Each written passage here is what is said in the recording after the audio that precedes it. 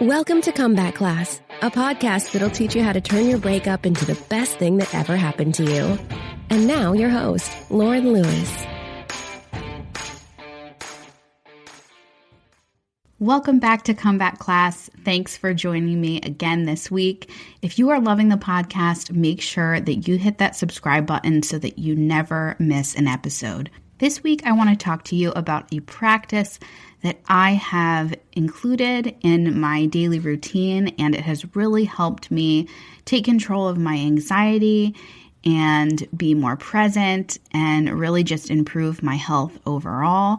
Hopefully, you will find the same benefits. I know that you will if you really try it. And that practice is gratitude. So before I really learned about gratitude and how to incorporate it into my everyday life, when I heard the word gratitude or thankfulness, I would just think about Thanksgiving, which, usually at Thanksgiving, it's a time when we all think about these things more, and we talk about what we're grateful for. We might go around the table and say something that we're grateful for.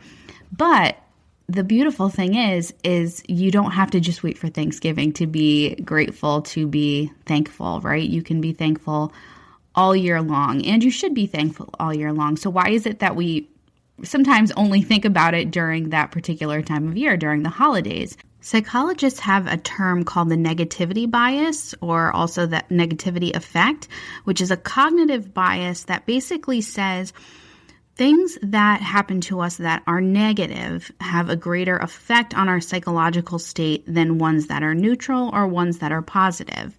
And this has evolved over thousands of years back to our ancestors when we had to consider everything as a threat. They had to do what they had to do to survive and to avoid death.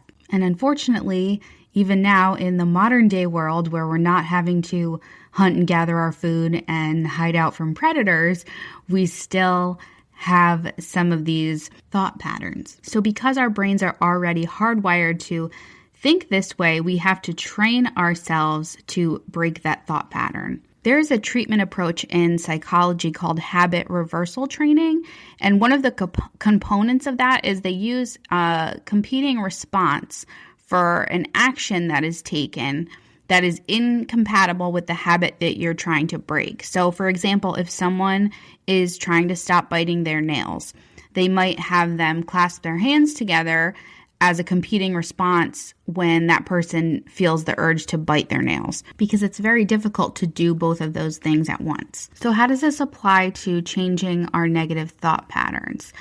When you are truly expressing gratitude and feeling it, I'm not just talking about, I'm grateful for my house, I'm grateful for my car, I'm grateful for my dog, and, it's like a little kid in the classroom. You have to actually dig into it and actually really truly feel it. And when you do that, it's going to replace those negative thoughts. And this research has shown that this has been incredibly helpful for people with anxiety, depression. It reduces stress levels. It helps your physical health as well as your mental health. So there are huge, huge benefits to implementing gratitude practice into your daily life. So I thought that I would share with you some ways that you can implement this practice and hopefully really see some benefits in both your mental health and your overall well-being. One way is by keeping a gratitude journal and writing down a few things every day that you're thankful for. And the cool thing is, if you are having a particularly difficult mental health day, you can go back to your journal and read through all of these things that you've written about, that you're grateful for, you've expressed gratitude for, and it hopefully will be able to lift your spirits. Another thing to do is to practice mindfulness. So we've talked about this before, just really taking the time to pause and appreciate everything that's going on around you. And I try to practice this regularly as well, but last Friday I got home from work and it had been such a beautiful day. It was in the 80s in the afternoon, so this was early evening when I got home from work, and it was just starting to cool down and it was still sunny and nice outside. And I just went outside in the backyard and I was playing fetch with my dog, and I was just kind of swinging in my hammock. And I was just looking around and thinking about how grateful I was and how beautiful the trees looked and how thankful I was for my house and my big yard that my dog can run around and play in.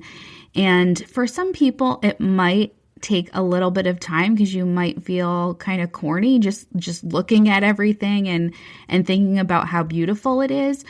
But it's really, it's the truth. It's that we live on this beautiful earth, and we are so fortunate for many of the things in our life. So it's so important, and it's so helpful and beneficial to really take the time to observe those things and just pause and just breathe and take it all in.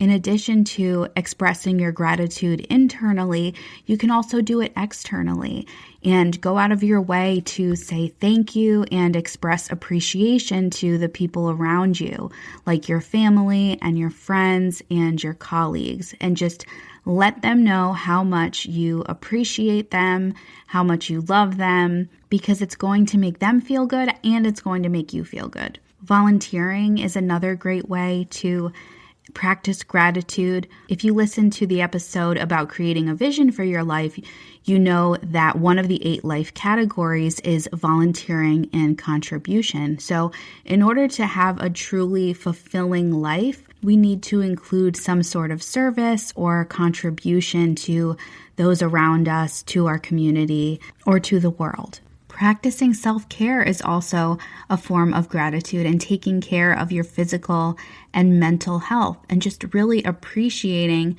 the things that your body can do and the fact that you even exist. Now, this might sound a little kooky, but sometimes I think about how we are put here on this earth and we are given all of these things like our 5 senses so we can see things and feel things and smell things and taste things.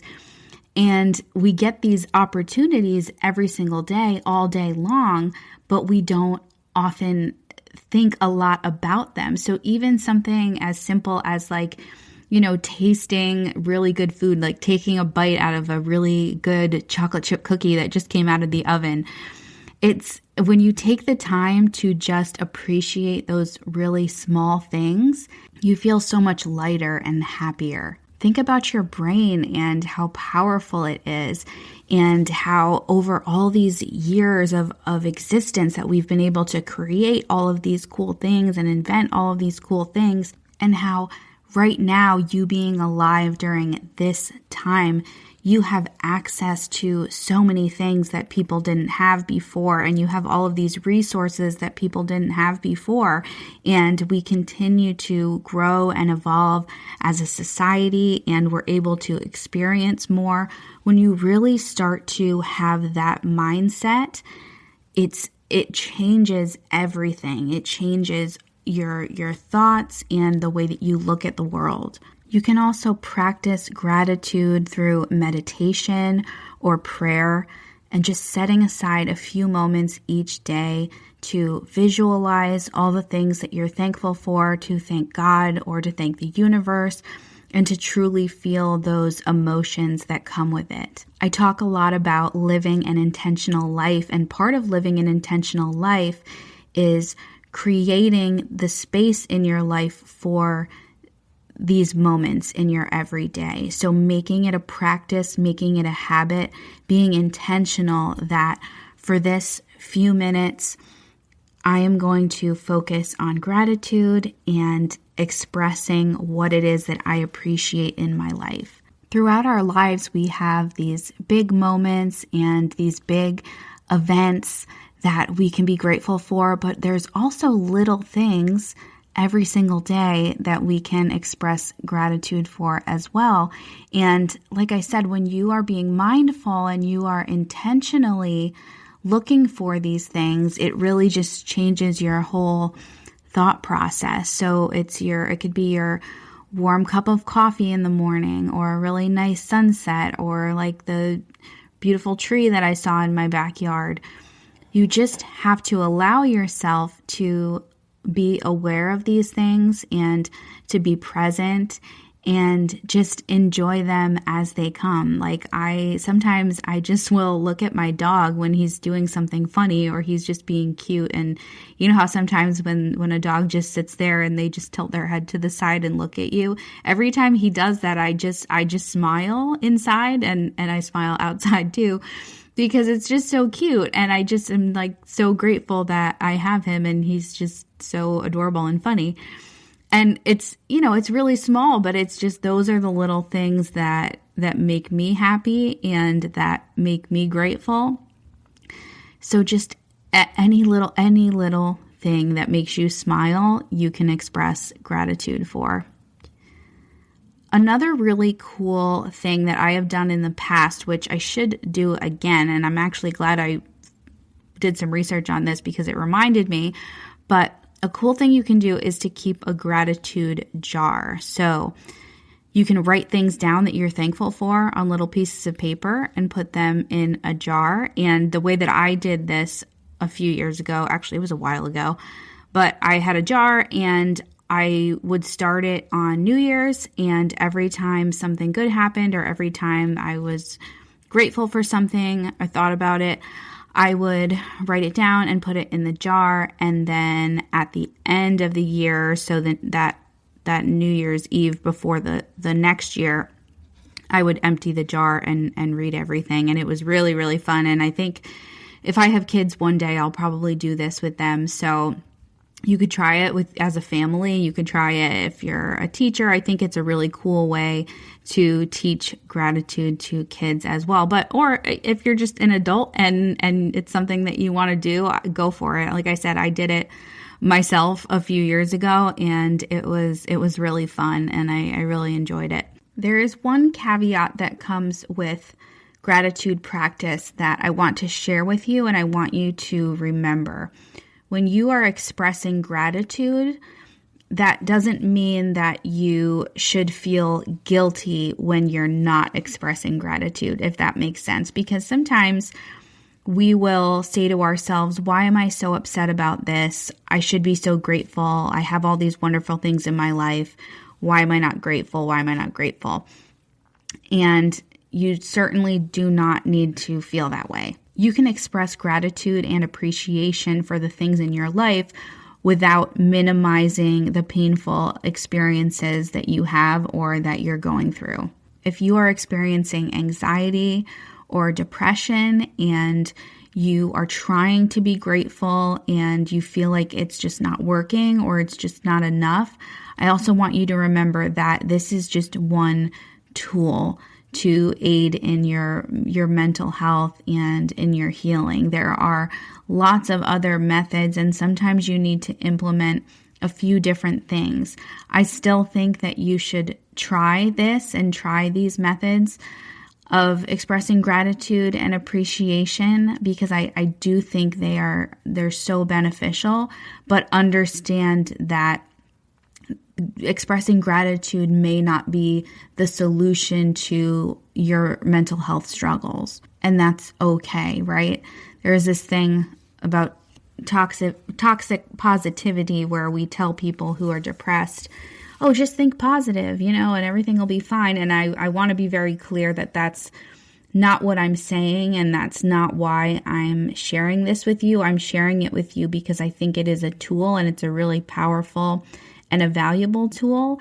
But if you try this and you're still feeling anxious or depressed, you're not a failure. You didn't do anything wrong. It's just that there's something else that you need, possibly other things that you need. If there's one method that I think will help the most, or the one that has helped me the most, is mindfulness and consciously being present in each moment as it comes, because it keeps me from focusing on negative thoughts and ruminating about the past or feeling anxious, worried, concerned about the future. Instead, I am focused on what is going on right now in this present moment.